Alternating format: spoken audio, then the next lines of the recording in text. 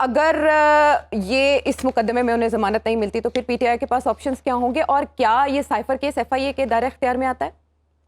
نہیں، official secrets act کو F آئی اے ہی investigate کرے گی، اس میں کوئی ایسی پرابلم مجھے نہیں نظر آتی. بہرحال وہ چیلنج کر رہے ہیں ایف آئی اے کے دائرہ اختیار کو بھی کہ ایف آئی اے کیا کمپیٹنس رکھتی ہے انویسٹیگیٹ کرنے کی یا نہیں کرتی رکھتی.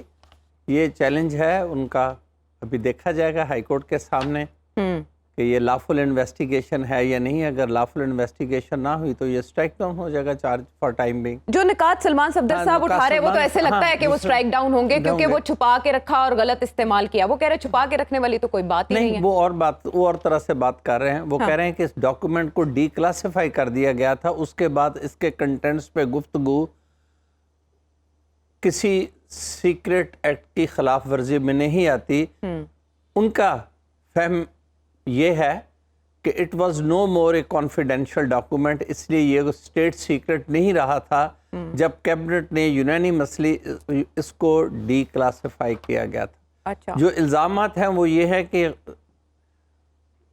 جو بھی ہیں ایکیوزڈ، اب نام لینا تو نہیں ہے لیکن سب کو معلوم ہی ہے کون ہے وہ، کہ انہیں ایک کاپی دی گئی تھی. اوریجنل تو وزارت خارجہ میں ہی رہنا ہے.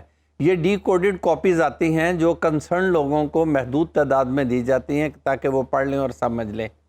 اوریجنل تو وہی ہوگی. یہ اس کی کاپی ہے جو پرائم منسٹر کے آفس میں آئی اور پرائم منسٹر نے ریٹین کی اور اپنے ہی ایڈمیشن کے مطابق یہ گم گئی. انہوں نے اعظم خان صاحب جو ان کے پرنسپل سیکرٹری تھے انہیں ریٹرن نہیں کی. اصولاً یہ کاپی ملاحظہ کے بعد یا اس پہ کوئی نوٹ دینے کے بعد پرنسپل سیکرٹری کو ہی ریٹرن کر دینی چاہیے تھی. دوسرا بات جو ان کے خلاف الزامات ہیں کہ انہوں نے اس کے کانٹینٹس کو ایکسپوز کیا اور مس کنسٹرو کیا جس سے قومی سلامتی کو خطرات پیدا ہوئے. آڈیو بھی مبینہ آڈیو بھی اس کو مبینہ آڈیو بھی اس پہ ہے کہ اس پہ کھیلیں گے.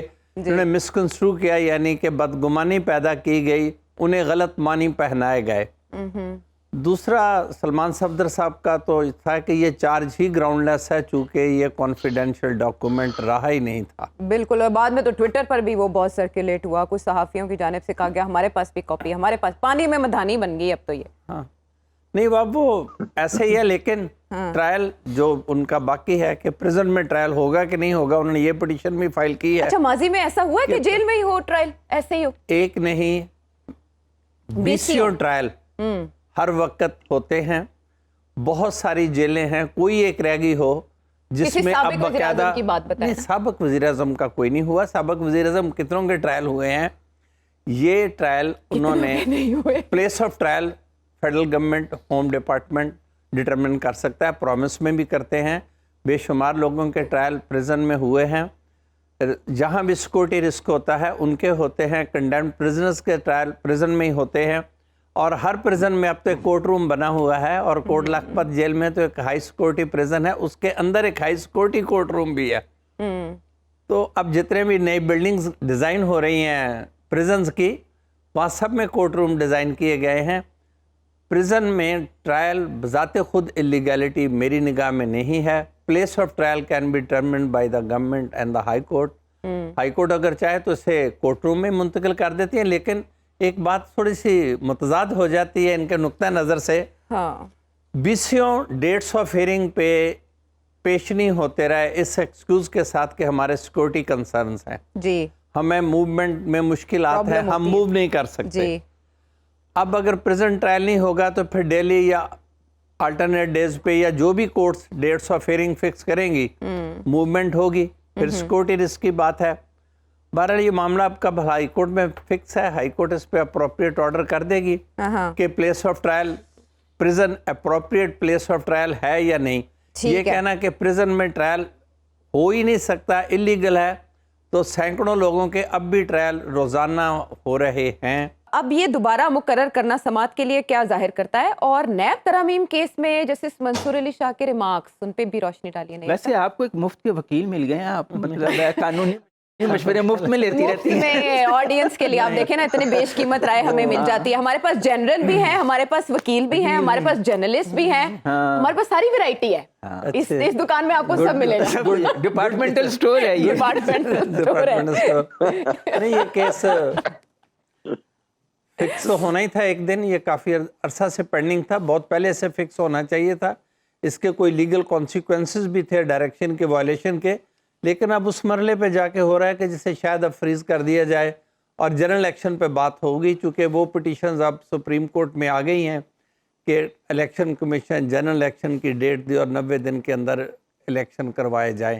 ایک نئی کنٹروورسی نے بھی آج جنم لے لیا ہے. پریزیڈنٹ صاحب نے اوپینین مانگی تھی لا اینڈ جسٹس ڈویژن سے, انہوں نے کہا جی اب الیکشن کی تاریخ دینے کا اس طرح کی ڈیزولیوشن کی صورت میں پریزیڈنٹ کا نہیں ہے فنکشن, اب یہ الیکشن کمیشن از خود تاریخ کا تعین کرے گا. تو ایک اور کنٹروورسی آ گئی ہے سپریم کورٹ کے لیے. اب یہ بھی ایشو جائے گا کہ الیکشن اگر 90 دن میں ہونے ہیں تو تاریخ کا تعین کون کرے گا؟ یعنی آپ کہہ رہے ہیں اس سے رستہ وہاں نکالا جائے گا, سپریم کورٹ ہی دوبارہ تاریخ کا تعین کرے گی تو یا پہلا الیکشن آرڈر کمیشن؟ امپلیمنٹ نہیں ہوا, اس کے بعد نئے آرڈر پہ امپلیمنٹیشن کے کتنے چانسز ہیں؟ اب شاید کمٹمنٹ سے کوئی بات بن جائے, ماحول بن رہا ہے الیکشن کی طرف. ماسو پی ایم ایل این کے باقی سبھی لوگ الیکشن کی بات کر رہے ہیں, پبلک پریشر بڑھ رہا ہے الیکشن کے لیے, اور بہتر یہی ہے اس مشکل صورتحال سے نکلنے کے لیے کہ آئین کا سہارا لیتے ہوئے نہیں بلکہ آئین کے تابع داری میں کمپلائنس میں اب الیکشنز کروا دیے جائیں. لیکن یہ کنٹروورسی کہ ڈیٹ کون دے گا اور الیکشن 90 دن میں ہوں گے یا نہیں, یہ اب شارٹ آف سپریم کورٹ کہیں سے ریزالو نہیں ہوگی. اچھا, وٹ اباؤٹ نیب ترامیم؟ ہاں, نیب ترامیم کے بارے میں آج کے پھر وہی بات ہوتی ہے کہ ڈیورنگ ہیئرنگ جو کمنٹس ہوتے ہیں اس پہ کوئی انفرنس نہیں ڈرا کرنی چاہیے, فائنل ججمنٹ کا فیصلہ کرنا چاہیے. خود جج صاحبان نے کئی بار فرمایا ہے کہ ہماری جو آپس میں وکلا کے ساتھ گفتگو ہوتی ہے اس میں میڈیا پہ یا پبلک میں جا کے انفرنسز نہ ڈرا کیا کریں, ججمنٹس پریڈکٹ نہ کریں, تھوڑا سے ریزرویشن کا رہنے دیا کریں. ججمنٹ تو دو لازمی آئیں گے, ایک نیب پہ اور ایک یہ الیکشنز پہ.